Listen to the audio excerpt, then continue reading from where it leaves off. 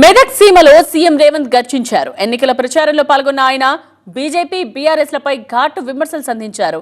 అలాగే రంగులు మారుస్తున్నారని మెదక్ బీజేపీ అభ్యర్థి రఘునందన్ రావును టార్గెట్ చేశారు. ప్రతిగా సీఎం రేవంత్ కామెంట్స్ కు కౌంటర్ ఇచ్చారు రఘునందన్ రావు.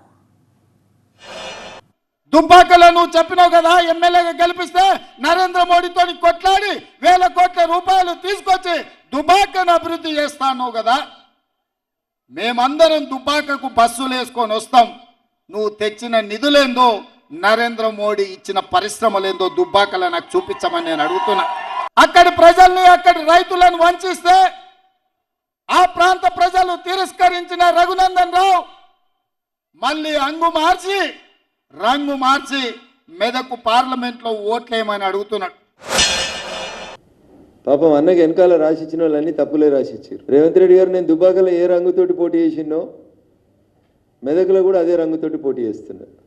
ఏడాదిగా ప్రయత్నించిన సంతానం కలగలేదా? నోవా ఐవీఎఫ్ లో ఫెర్టిలిటీ ఎక్స్పర్ట్స్ కలవండి. మాతృత్వం కల్లా నెరవేర్చుకోవడానికి ఉచితంగా సంప్రదించండి. రఘునందన్ రావు రంగు మార్చలే, రూపం మార్చలే, ఇంకోటి మార్చలేదు. వ్యక్తిగతంగా నన్ను దూషించాలనుకుంటే నేను స్వాగతిస్తాను. కానీ అబద్ధాలని మా మెదక్గడ్డ నుంచి ప్రచారం చేయడాన్ని మాత్రం నేను తీవ్రంగా ఖండిస్తూ ఉన్నా. కొడంగల్ ఓడిపోయిన రేవంత్ రెడ్డి గారు మల్కాజిగిరిలో గెలవలేదా? కాబట్టి don't compare one election with other election. దయచేసి నా విజ్ఞప్తి ఏంటంటే వ్యక్తిగత దూషణలకి పోవడం అనేది సమంజసం కాదు. మీరు అందరి మీద దాడి చేసినట్టు రఘునందన్ మీద దాడి చేస్తా అంటే అస్సలు సాగదు.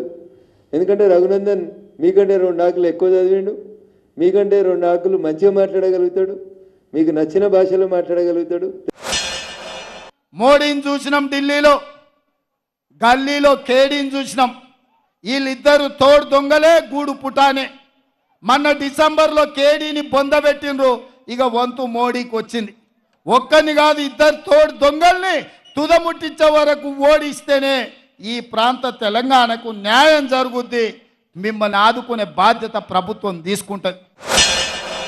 మోడీ కేడీ నోటికి వచ్చినట్టు మాట్లాడితే టీఆర్ఎస్ పార్టీకి ఎట్లాంటి గుణపాఠాన్ని అయితే తెలంగాణ ప్రజలు డిసెంబర్లో చెప్పినరో రేపు జూన్ 4వ తారీఖు రోజు కాంగ్రెస్ కూడా అట్లాంటి గుణపాఠమే చెప్తారు. కాబట్టి దయచేసి నోరున్నది కదా అని ఏది పడితే అది మాట్లాడకండి. సూర్యుడు తూర్పున ఉదయిస్తాడనేది ఎంత నిజమో జూన్ 4వ తారీఖు రోజు అబ్కీ బార్ 400 నినాదంతో 400 మంది ఎంపీలతోటి గెలిచి నరేంద్ర మోడీ గారు ఈ దేశానికి 3వ సారి ప్రధానమంత్రి అవుతాడనేది అంతే నిజం రేవంత్ రెడ్డి గారు.